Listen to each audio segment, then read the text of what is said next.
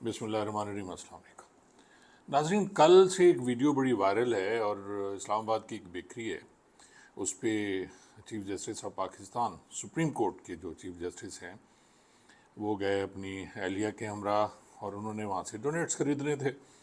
और वहाँ जो लड़का था उसने एक वीडियो बनाई।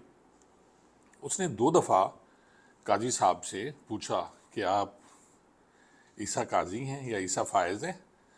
और जब उन्हें कंफर्म हो गया उस लड़के को, तो उसने कहा लानत हो आप पे।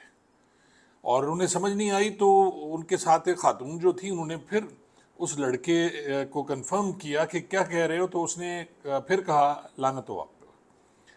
तो नाज़रीन, ये मेरे ख्याल में इस टाइप का पाकिस्तान की तारीख में शायद पहला वाक़या है कि किसी भी चीफ जस्टिस को इस तरह किसी बेकरी के मुलाजिम ने सरेआम लानत भेजी। इंतहाई गलत वाक़या है और इसकी मजम्मत भी करनी चाहिए। डेफिनेटली वो चीफ जस्टिस ऑफ पाकिस्तान है, पर ये सारी बातें क्यों हुई, इसके पीछे मुहर्रिकात क्या हैं, ये आप सब दोस्तों को पता है कि जिस तरह के फैसले किए गए और अक्सरियत के फैसलों को अकलियत वालों ने उधेड़ के रख दिया। यानी इंतखाबात में जो कुछ हुआ और उसके बाद जिस तरह के फैसले किए गए, पीटीआई के वो उनसे उनका वो जो बल्ला था वो छीन लिया गया, इंतखाबी निशान छीन लिया गया। ये सियासी गुफ्तगू है, मैं इसमें नहीं पढ़ता जी। वो कहते हैं जी ज़बान खल्क को नकारा है खुदा समझो। अब एक इतने बड़े रैंक की बेइज्जती क्यों हुई, इतनी इंसल्ट क्यों हुई, इतनी जुर्रत कैसे हो गई उस लड़के को कि वो इतने बड़े रैंक के बंदे को लानत भेजी और उसके मुंह पे भेजे। पीठ पीछे और दिल में तो खैर सब लोग ये करते हैं, लेकिन उसकी दाद देता हूँ उस लड़के की हिम्मत को। और फिर बात वही है कि हमने रैंक्स जो हैं, ओहदे जो हैं, वो डिग्रेड कर दिए हैं। मुझे याद है कि पहले जो काम एक असिस्टेंट सब इंस्पेक्टर किया करता था, अब वो काम जो है एसपी करता है। पहले काम जो डीएसपी करता था, अब वो काम डीएजी करता है। और पहले जो काम एक एसएसपी या एसपी करता था, डीपीओ करता था, अब आईजी करता है।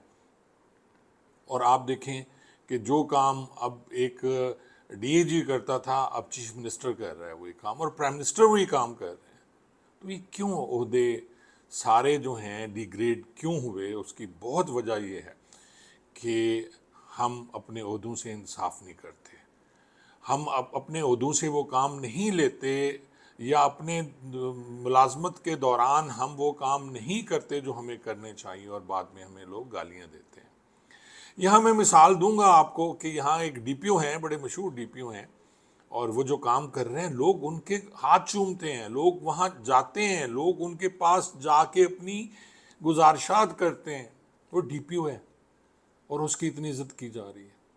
तो आज अगर हम इस पे सोचें, इस बात पे गौर करें कि ये वाक़या क्यों हुआ, तो हम तो ये सोचते नहीं हैं। हमने तो ये कहा जी वाक़या हो गया, और उसके बाद वो बेकरी वाले लड़के को भी मुबैना तौर पर उठा लिया गया और उसकी पूरी फैमिली को उठा लिया गया, ये खबरें चल रही। किसी हुकूमती ओहदेदार ने आके इस बात के बारे में नहीं कहा कि उस लड़के को नहीं उठाया गया या उसकी फैमिली को नहीं उठाया गया। किसी ने इस बात की नहीं किया कि टेलीविज़न पे बैठ के कि जनाब हमने ऐसा कोई काम नहीं किया, लेकिन उठाया गया होगा डेफिनेटली। आप ये देखें जो इस वक्त रूटीन चल रही है पाकिस्तान में, आप बोलें तो आपको तो उठाएंगे, आपकी फैमिली को उठा लिया जाएगा, बेटियों को, माँओं को, बहनों को, बीवियों को। तो जब आप ये हरकतें करेंगे और फिर इस टाइप की बातें तो होंगी जी। आपको याद होगा पहले भी बहुत कुछ होता रहा है दोनों तरफ से, इस वक्त जो सियासत चल रही है।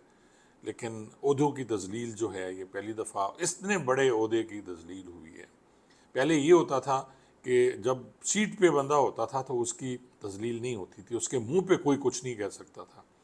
नाज़रीन, आपको याद होगा कि जो साबका चीफ ऑफ आर्मी स्टाफ थे बाजवा साहब, किसी की जुर्रत नहीं होती थी उनके मुंह पे बोलते, लेकिन वही जब बेल्जियम में बैठे हुए थे, एक जगह नीचे बैठे हुए थे, तो उनकी किस तरह इंसल्ट की गई वो भी आपको याद होगा।